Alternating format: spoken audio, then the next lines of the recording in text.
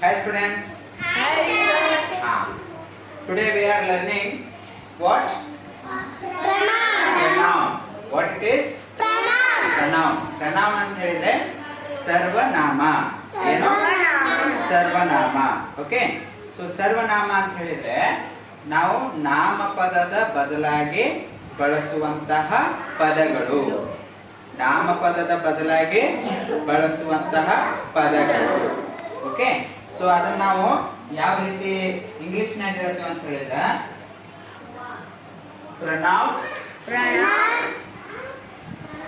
Okay, pronouns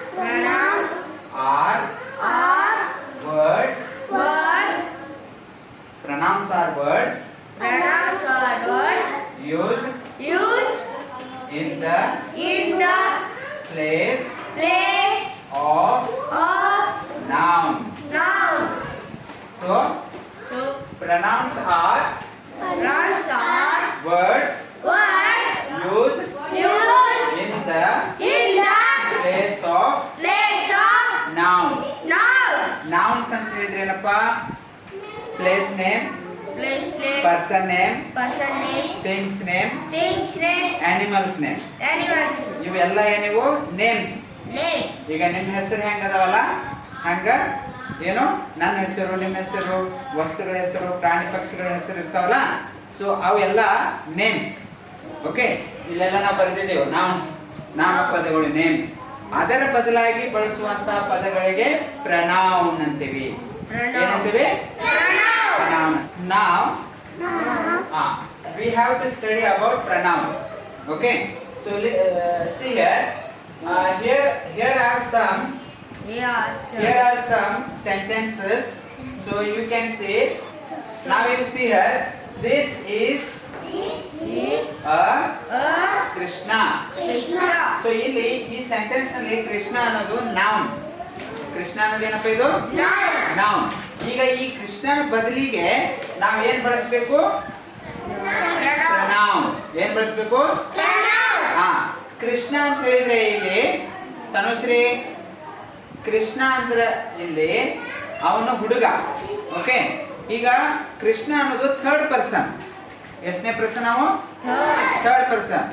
third person ಹೆಂಗ ಅಂತ ಹೇಳಿದ್ರೆ ಈಗ ನಾನು ಟೀಚರ್ ಇದ್ದೀನಲ್ಲ, ಸರ್ ಇದ್ದೀನಲ್ಲ, ನಾನು ಫಸ್ಟ್ ಪರ್ಸನ್ ಐ. ಈಗ ನೀವು ಸ್ಟೂಡೆಂಟ್ಸ್ ಇದ್ದೀರಲ್ಲ, ನೀವೇನು ಯು ಅಂದ್ರೆ ಸೆಕೆಂಡ್ ಪರ್ಸನ್. ಓಕೆ. ನಾನು ಮತ್ತು ನೀವು ಸೇರಿ ಯಾರ ಬಗ್ಗೆ ಮಾತಾಡ್ತಾ ಇದ್ದೀವಿ? ಮೂರನೇ ವ್ಯಕ್ತಿ. ಕೃಷ್ಣ ಅನ್ನೋದು ಯಾರಿದೆ? ಮೂರನೇ ವ್ಯಕ್ತಿ. ಸೊ ಹಾಗಾಗಿ ಮೂರನೇ ವ್ಯಕ್ತಿ ಬಗ್ಗೆ ನಾವು ಮಾತಾಡುವಾಗ ಪ್ರನೌನ್ಸ್ ನಾವು ಯಾವ್ದು ಬಳಸಬೇಕು?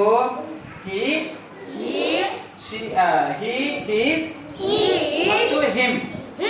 ಇದು ಹುಡುಗನಿಗೆ ಬಳಸಬೇಕು ನಾವು. ಅದ ಹುಡುಗಿಗಾದ್ರೆ ಶಿ, ಹರ್, ಹರ್ಸ್ ಅಂತ ಬಳಸಬೇಕು ಅಲ್ವಾ? ಈಗ ಇಲ್ಲಿ ಕೃಷ್ಣ ಇದ್ದಾನೆ. ಯಾರಿದ್ದಾರೆ? ಕೃಷ್ಣನಿಗೆ ನಾವೇನ್ ಬಳಸಬೇಕು? ಹಿ, ಹೀಸ್, ಹಿಮ್ ಅಂತ ಬಳಸಬೇಕು. ಈಗ ನೀವು ರಿಪೀಟ್ ಮಾಡ್ತೀರಿ. ಹಿ ಈಸ್ ಅ ಬಾಯ್. ನೋಡಿ, ಕೃಷ್ಣನ ಬದಲಿ ನಾವೇನ್ ಬಳಸಿದೀವಿ? ಹಿ ಬಳಸಿದ್ವಿ ಅಲ್ವಾ ಸೆಕೆಂಡ್ ಸೆಂಟೆನ್ಸ್ ನಾಗ. ಇಲ್ಲಿ ವಾಪಸ್ ನಾವು ಕೃಷ್ಣ ಅಂತ ಅನ್ಲಿಲ್ಲ. ಹೀಗಾಗಿ ಥರ್ಡ್ ಸೆಂಟೆನ್ಸ್ ನಲ್ಲಿ he plays cricket with his friends. ಈಗ ಕೃಷ್ಣ ಅಂದ್ರೆ ಹಿ ಅಂದ್ರೆ ಯಾರು? ಕೃಷ್ಣ. ಅವ ಕ್ರಿಕೆಟ್ ಆಡ್ತಾನೆ. ಯಾರ ಜೊತೆ ಆಡ್ತಾನೆ? ಫ್ರೆಂಡ್ಸ್ ಜೊತೆ ಆಡ್ತಾನೆ. ಯಾರ ಫ್ರೆಂಡ್ಸ್ ಅದು? He's friends. HIS. ಹೀಸ್ ಅಂದ್ರೆ ಅವನ ಫ್ರೆಂಡ್ಸ್ ಜೊತೆ ಆಡ್ತಾನೆ. ಸೊ ಇಲ್ಲಿ ಹೀಸ್ ನಾವು ಬಳಸಿದ್ವಿ. ಈಗ ನೆಕ್ಸ್ಟ್ ಏನಪ್ಪಾ? ನಾಲ್ಕನೇ ಸೆಂಟೆನ್ಸ್ ಅಲ್ಲಿ his friends call him Krish. ಈಗ ಅವನ ಫ್ರೆಂಡ್ಸ್ ಹೀಸ್ ಅಂತ ಹೇಳಿದ್ರೆ ಕೃಷ್ಣನ ಫ್ರೆಂಡ್ಸ್ ಅವನಿಗೆ ಹಿಮ್ ಅಂದ್ರೇನು? ಅವನಿಗೆ. ಯಾರಿಗೆ? ಕೃಷ್ಣನಿಗೆ ಏನಂತ ಕರೀತಾರೆ? ಕ್ರಿಶ್ ಅಂತ ಕರೀತಾರೆ. ಸೊ ನೀವೀಗ ಇಲ್ಲಿ ಹಿ ನಂತರ ಹೀಸ್, ಓಕೆ, ನಂತರ ಹಿಮ್. ಇವು ಮೂರು ಏನದವಲ್ಲ ಇವು ಯಾರ ಬದಲಿಗೆ ನಾವು ಬಳಸ್ತೀವಿ ಈಗ ಪ್ರನೌನ್ ಅನ್ನ? ಈ ಪ್ರನೌನ್ಸ್ ಇವೆಲ್ಲ ಹಿ, ಹೀಸ್, ಹಿಮ್ ಇವು ಪ್ರನೌನ್ಸ್. ಇವು ಮೂರು ಯಾರ ಬದಲಿಗೆ ನಾವು ಬಳಸ್ತೀವಿ? ಕೃಷ್ಣನ ಬದಲಿಗೆ ಬಳಸಿದೀವಿ. ಅರ್ಥ ಆಯ್ತಲ್ಲ? ಸೊ ಇದನ್ನ ರೀಡಿಂಗ್ ಮಾಡ್ತೀರಿ ನೀವೀಗ? ರೀಡಿಂಗ್ ಮಾಡ್ತೀರಿ? ಓಕೆ, ಒನ್ ಬೈ ಒನ್ ಬರಬೇಕು ಮತ್ತು ರೀಡ್ ಔಟ್ ಮಾಡಬೇಕು. ನಿಮ್ಮ ಟೆಕ್ಸ್ಟ್ ಬುಕ್ ತಗೊಂಬಂದು ಇಲ್ಲಿ ನಿಂತ್ಕೊಂಡು ಅದನ್ನ ಏನ್ ಮಾಡ್ಬೇಕು? ಓದಬೇಕು. ಸನ್ನಿಧಿ ಬಾ. This is a Krishna. A Krishna. He is a boy. A boy.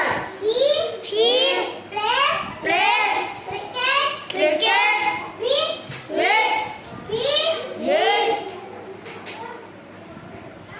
Friends. His friends call him Krish. Go. This is a Krishna. He is a boy. He plays cricket with his friends. His friends. His friends call him Krish. Very good. Vikrant. This is a Krish. Krish ಅದು. Krish ಅದು. ಹಾ. Krishna. He is a boy.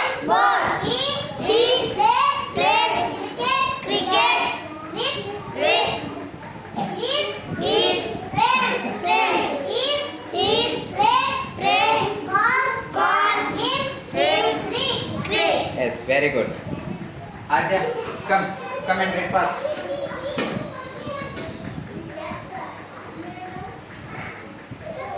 This is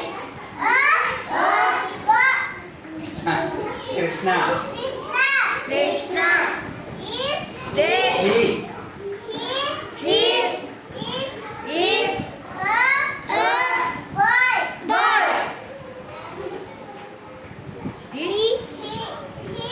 He plays cricket. What it is? With his. his friends. H-I-S, his. His friends call H-I-M, ಏನದು? ಹಾ. him Krish. Very good. Okay, ಉಳಿದಿದ್ದು ನಾವು ನಾಳೆ ನೋಡೋಣ.